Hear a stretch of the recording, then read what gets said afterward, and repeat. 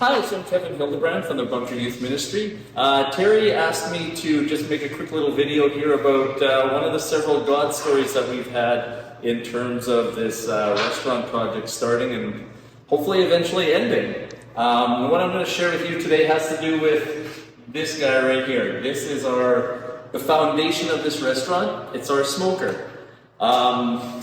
Back in 2020, when this whole idea was just really in its infancy, I didn't know either. How do you actually start a barbecue restaurant? What kind of smoker do you need? So I went on a bunch of barbecue forums, talked to a bunch of people that I knew, and this old hickory smoker is the one that they said would be the best option, but good luck finding one. The manufacturer was years behind in building them. And they were just very popular and hard to find. And so they're like, yep, if you can find one, great, but good luck. And so I left it at that. And it was roughly 3 weeks later, this one popped up on my Facebook marketplace, of all places, Facebook.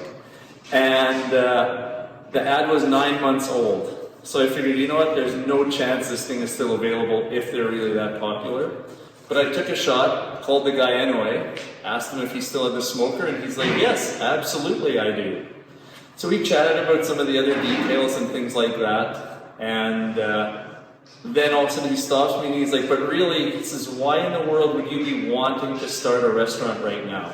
Like I said, this is back in 2020, COVID was still going on, and he actually had the smoker available because his second restaurant had gone under, and he had to pull the smoker from there. And so he thought it was this ludicrous idea that we were going to try to open up a restaurant now. And so I gave him the concept of the dream and the mission and the purpose of this restaurant, to be able to provide employment for marginalized kids and change their lives for the better. And that was really the basis of it.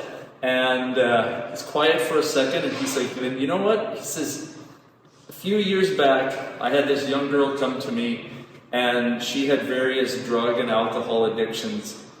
And she came to me and she says, Bubba, I need a job.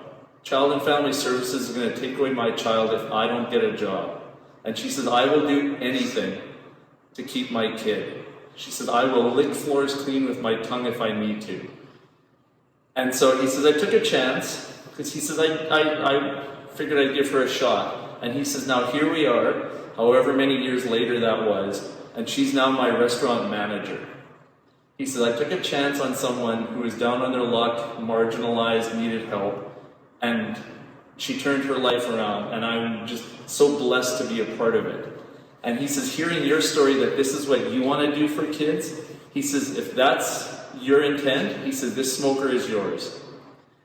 And I says, well, we don't have the money for it yet, and we're in COVID, I can't cross the border. And he says, that's okay. He says, I don't care who calls, you want this thing, it's for a great cause, it's for a great project, this thing is yours whenever you can come and get it.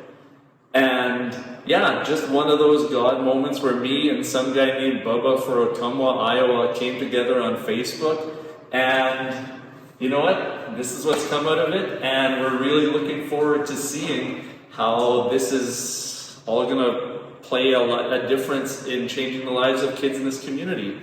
So thank you very much for your support of this project through this WNBC fundraiser, and really look forward to seeing and serving you all here someday. Thank you.